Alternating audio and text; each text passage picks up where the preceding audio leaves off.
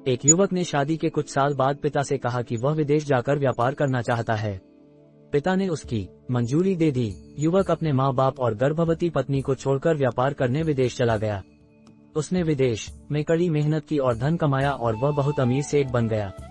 लगभग 15 वर्ष धन कमाने में बीत गए तो उसे वापस घर लौटने की इच्छा हुई। पत्नी को पत्र लिखकर उसने आने की सूचना दी और जहाज में बैठ गया। वह सेठ कुछ दिनों बाद अपने नगर पहुंचा। नगर के एक चौराहे पर ही उसने देखा कि एक व्यक्ति एक बोर्ड के साथ खड़ा था। उस बोर्ड पर उसने लिख रखा था बेशकीमती ज्ञान के सूत्र।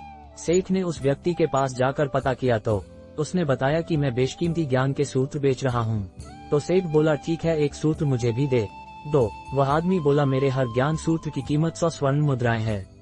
सेठ को ये सौदा महंगा तो लगा, लेकिन उसने एक ज्ञान सूत्र खरीद लिया। उस व्यक्ति ने सेठ को ज्ञान का सूत्र दिया, कोई भी कार्य करने से पहले 2 मिनट रुककर सोच लेना। सेठ ने वह सूत्र अपनी डायरी में लिख लिया। सेठ को अपने घर पहुंचते पहुंचते रात हो गई।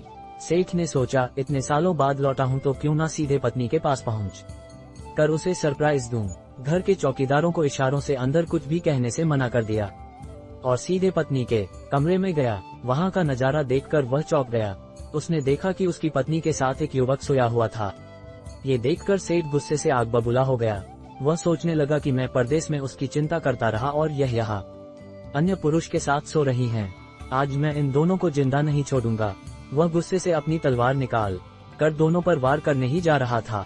इतने में उसे 100 स्वर्ण मुद्राओं के बदले जो ज्ञान सूत्र खरीदा था उसकी याद गई कि कुछ भी कार्य करने से पहले 2 मिनट सोच ले। वह 2 मिनट सोचने के लिए रुका। उसने तलवार वापस पीछे हटाई, लेकिन वो किसी बर्तन से टकरा गई। बर्तन के गिरने की आवाज से पत्नी की नींद खुल गई। आंख खोलते ही उसने अपने सामने अपने पति को देखा तो वह बहुत खुश हो गई और बोली आपके बिना जीवन सुना सुना था। इंतजार में इतने वर्ष कैसे निकले यह मैं ही जानती हूँ। पत्नी ने इतना बोलकर पास सोए हुए युवक को उठाते हुए बोली बेटा उठ जा, तेरे पिताजी आए हैं। युवक उठकर जैसे ही पिता को प्रणाम करने झुका तो माथे की पगड़ी सेठ के पैरों में गिर गई। उसके लंबे लंबे बाल बिखर गए। सेठ की पत्नी ने कहा यह आपकी बेटी है, इसके सम्मान को कोई आंच ना आए, इसलिए मैंने इसे बचपन से ही पुत्र के समान पालन पोषण और संस्कार दिए हैं। ये सुनकर सेठ की आंखों से आंसू की धारा बह निकली। उसने पत्नी और बेटी को गले लगा लिया और सोचने लगा यदि आज मैंने उस ज्ञान सूत्र पर अमल नहीं किया होता तो आवेश में आकर कितना अनर्थ हो जाता। मेरे हाथों से मेरा ही निर्दोष परिवार खत्म हो जाता। दोस्तों, इस कहानी से यही शिक्षा मिलती है कि जल्दबाजी में आकर कोई निर्णय न लेवे, क्योंकि जब हम आवेश में होते हैं तो हमें अच्छे बुरे का ख्याल नहीं रहता है। इसलिए गुस्सा होने की स्थिति में कोई भी निर्णय न लें। कुछ देर रुके और दिमाग ठंडा होने दें और फिर सोचे कि क्या सही है क्या गलत है। जय हिंद, वंदे मातरम।